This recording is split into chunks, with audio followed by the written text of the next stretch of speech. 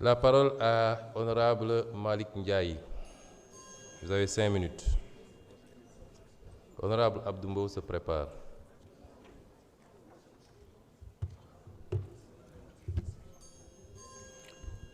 Assalamu alaikum wa rahmatullah.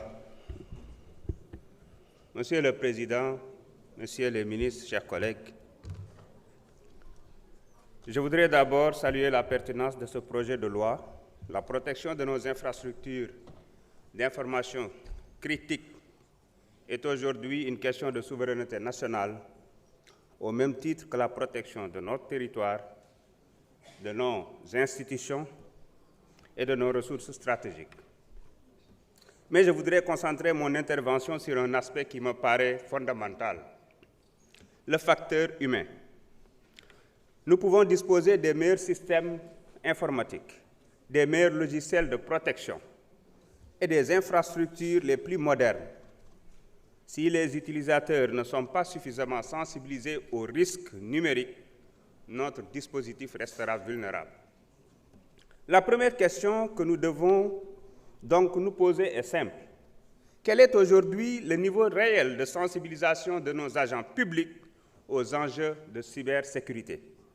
Combien d'agents de l'État savent identifier un courrier frauduleux ou une tentative de phishing? Combien connaissent les règles élémentaires de gestion des mots de passe, de protection des données confidentielles ou de sécurisation de leurs appareils? Nous devons faire de la cybersécurité une véritable culture administrative. La formation et la sensibilisation ne devraient plus concerner uniquement les informaticiens ou les spécialistes. Elles doivent être généralisées à l'ensemble des agents de l'État, des administrations centrales aux services déconcentrés, en passant par les collectivités territoriales et les établissements publics. Je pense même qu'un module obligatoire de sensibilisation à la cybersécurité et à la protection des données devrait accompagner la prise de fonction de tout agent public avec des sessions régulières de mise à niveau.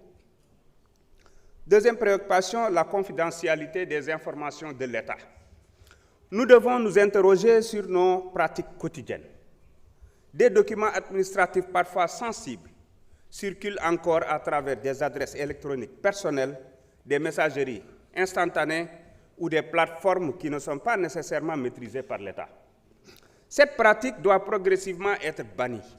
Tout agent de l'État devrait disposer d'une adresse électronique professionnelle sécurisée et les documents sensibles de l'administration devraient exclusivement circuler à travers des canaux institutionnels sécurisés et contrôlés.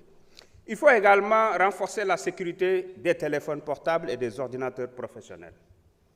Un téléphone perdu, volé ou compromis peut potentiellement donner accès à des courriers professionnels, des documents administratifs, des contacts ou des informations confidentielles. Il faut donc définir des normes minimales obligatoires, authentification renforcée, chiffrement, mise à jour régulière, sauvegarde sécurisée et possibilité d'effacement à distance des données professionnelles.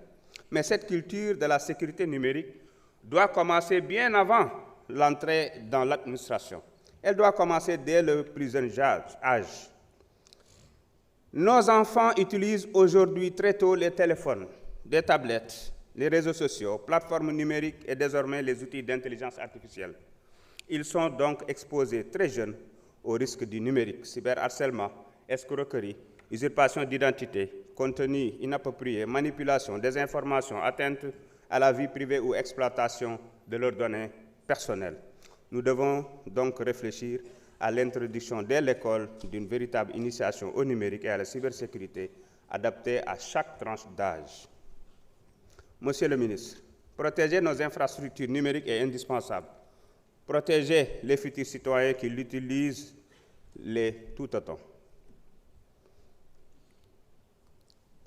Monsieur le ministre, j'aurais deux questions. Premièrement, le gouvernement envisage-t-il de mettre en place un programme national obligatoire de formation et de sensibilisation à la cybersécurité pour l'ensemble des agents publics, accompagné de référentiels imposant notamment les messageries professionnelles sécurisées et des normes de protection des appareils utilisés dans le cadre professionnel.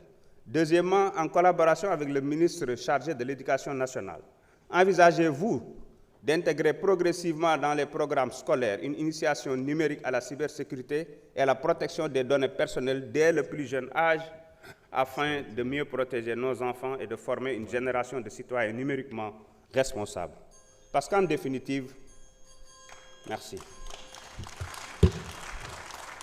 La parole est à Abdou Bow. Omar Diop se prépare.